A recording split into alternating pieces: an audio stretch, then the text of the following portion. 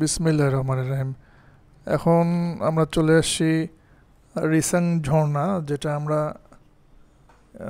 খাগড়াছড়িতে পাই।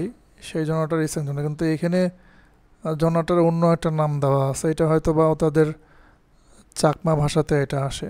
তো আমরা আজকে আমাদের মিশন হচ্ছে এই ঝর্ণা দেখে তারপর আলুটিলা দেখব, আলুটিলা পর্যটন কেন্দ্র দেখব।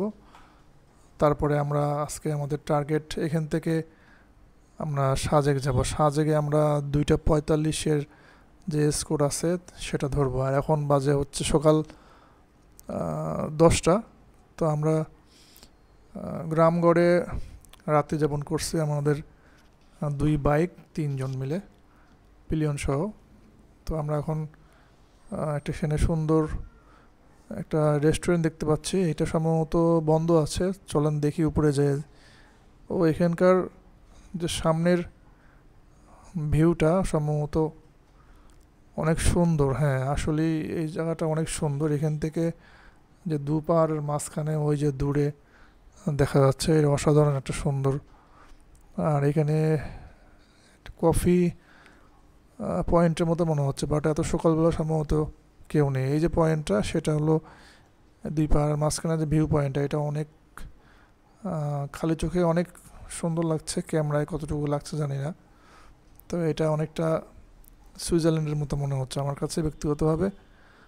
আর আপনাদের কার কাছে কেমন লাগছে তা জানি না। তবে এটা বেশি সুন্দর লাগার কারণ হচ্ছে এই যে ঝর্ণাটা মাঝখানে ছোট হয়ে নামছে। এটা ঝর্ণা যদি অনবরত বৃষ্টি হয় টানা কয়েকদিন, তাহলে এই ঝর্ণাটা একটু বড় হয়ে নামে।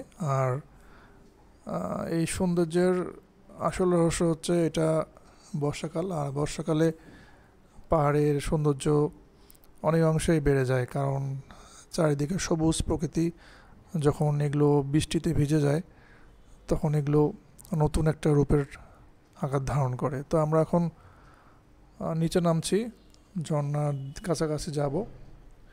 আর আমাদের যদিও হাতে সময় ছিল, কিন্তু আসলে আমরা গোসলের প্রিপারেশন নেইনি। আসলে তেমন গরম ছিল না। আর আমরা বাইক চালিয়ে আসছি রামগড় থেকে, একটু ঠান্ডা ঠান্ডা ভাব ছিল শরীরে, তবুও গোসল করা যেত।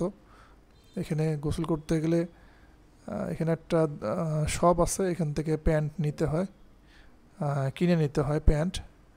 তো যেহেতু এখন সকালবেলা, তাই এখানে দোকানগুলো সব বন্ধ।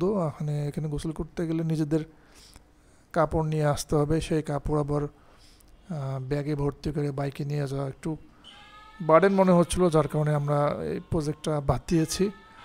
তো এখন আমরা উপর দিকে উঠছি, আর কিছু সিঁড়ি বাকি আছে ঝর্ণার কাছাকাছি দেখে। আর এখানে মনে হচ্ছে কিছু ভাই তাদের ঝর্ণাতে গোসল শেষ করে অনেকে খালি গায়ে চলে আসতেছে। যাই হোক, এই সেই দোকানটা, এখান থেকেই প্যান্ট দেয়। এখানে প্যান্ট সেল করে ওনারা। আর ওখানে চাও পাওয়া যায়। আর এখানে কিছু সাবধানতা নির্দেশিকা আছে। তো এই যে আমরা ঝর্ণার কাছাকাছি চলে আসছি, এখন ওইদিকে যাব, একটু ঝর্ণার ভিউটা দেখে নিই। তো এই ঝর্ণাটা আমি গত বছর না, তার আগের বছরে এসেছিলাম 2023 সালে। এখন এটা 25 সাল, তখন বর্ষাকালে এসেছিলাম। তো বর্ষাকালে আসার কারণে সৌভাগ্যক্রমে আমাদের আসার আগে একটু বৃষ্টি হয়েছিল, যার কারণে ঝর্ণাটা অনেক বড় আকার ধারণ করেছে। তো আজকেও বৃষ্টি হয়েছে, আর এখানে আসার রাস্তাটা অনেক পিচ্ছিল। আর আমরা গত 2 বছর আগে এসেছিলাম, তখন ইটের রাস্তা ছিল, যে বাইক নিয়ে আসাটা অনেক কষ্টকর ছিল আমার। বিশেষ করে আমার বাইকটা স্কিড করছিল অনেক, ব্রেক ধরার পরেও ইঞ্জিন ব্রেক ধরে নামতে হয়, যদি আমরা জানি পাহাড়ি রাস্তায়, তারপরেও স্কিড করছিল। তো যাই হোক, এবার সেই রাস্তাটা পরিপূর্ণ হয়েছে, কার্পেটিং করা হয়েছে পিচ ঢেলে। তো তারপরেও আমি নামছি, মোটামুটি নেমেছি যতটুকু পেরেছি, কাছে গিয়েছিলাম। তো এখন আমাদের ঝর্ণা দেখা শেষ, আলহামদুলিল্লাহ।